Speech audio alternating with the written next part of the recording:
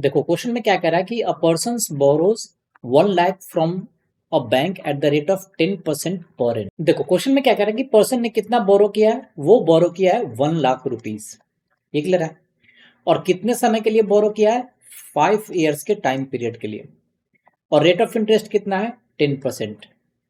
तो पर्सन को जिसने पैसा ये दिया है कर्ज पे, उसको नो मैटर कैसे भी पैसा मिले, लेकिन उसको पैसा चाहिए कितना? 1 साल का इंटरेस्ट 10% है और 5 साल के लिए टाइम पीरियड है, तो टोटल उसको 50% का इंटरेस्ट चाहिए।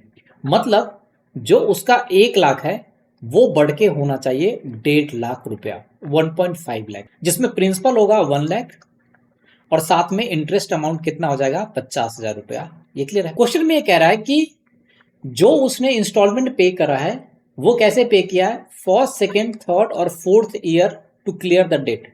उसने इंस्टॉलमेंट जिस दिन उसने लिया था उसके 1 साल बाद उसने कितना पे किया? 10,000 रुपया। उसने 2 साल बाद कितना पे किया? 20,000।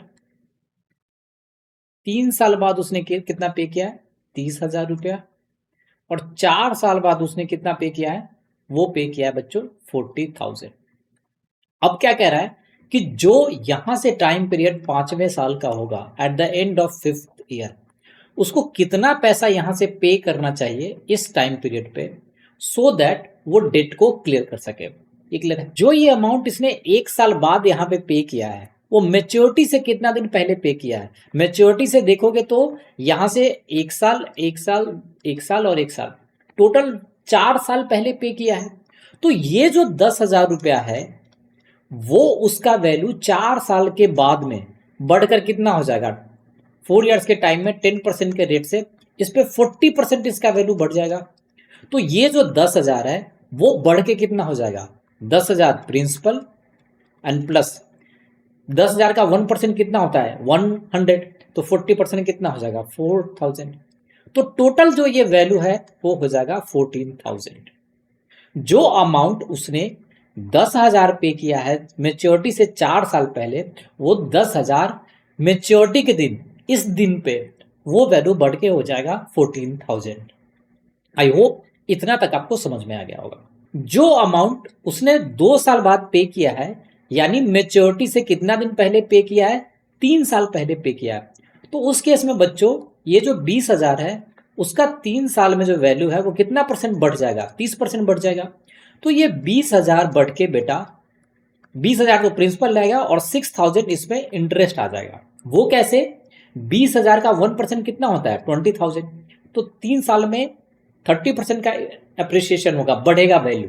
तो 1% अगर 200 है तो 30% कितना हो जाएगा? 30 इंटू 200 यानी 6,000। तो ये टोटल वैल्यू हो जाएगा बेटा 26,000 रुपीज। ये क्लियर है।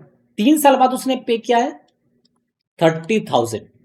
तो ये मेच्योरिटी से कितना दिन पहले पे किया इसने? ये मेच्योरिटी से 2 साल पहले पे किया है, तो उस पर कितना वैल्यू अप्रिशिएट होगा? वो हो जाएगा बेटा 2 ईयर्स और रेट ऑफ इंटरेस्ट 10% के रेट से। तो ये हो जाएगा टोटल 20% का अप्रिसिएशन। तो ये वैल्यू हो जाएगा 30,000, तो वैल्यू रहेगा और साथ में इसका 20%, तो ये हो जाएगा फिर से 6,000। तो ये आ जाएगा 36,000। ये क्लियर है। और जो ये लास्ट वाला 4,000 है जो इसने अमाउंट पे किया है, वो कब पे किया है? वो पे किया है बेटा 1 साल पहले 40,000। तो इस पे कितने का वैल्यू बढ़ेगा? 10% का।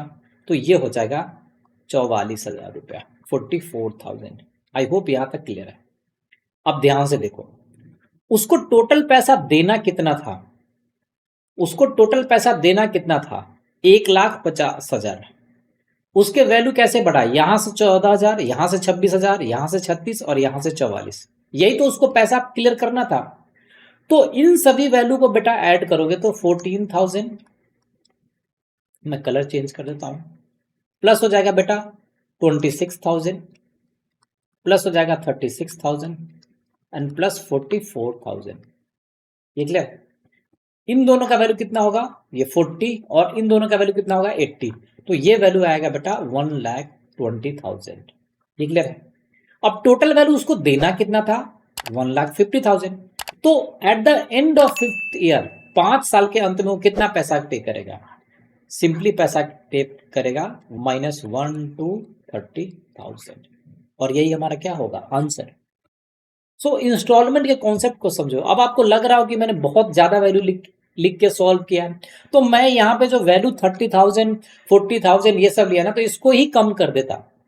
1 लाख के बदले मैं 10,000 पे कर लेता, 1,000 पे कर लेता और सारे इंस्टॉलमेंट को कम करके सॉल्व कर लेता।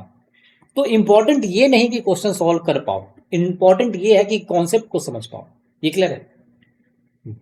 सो आई होप आपको ये समझ में आ गया हो। So thanks for watching the video. अगर आपको ये वीडियो पसंद आए तो चैनल को लाइक करें, सब्सक्राइब करें और अपने प्यारे प्यारे दोस्तों के साथ शेयर करें। Thanks for watching the video once again.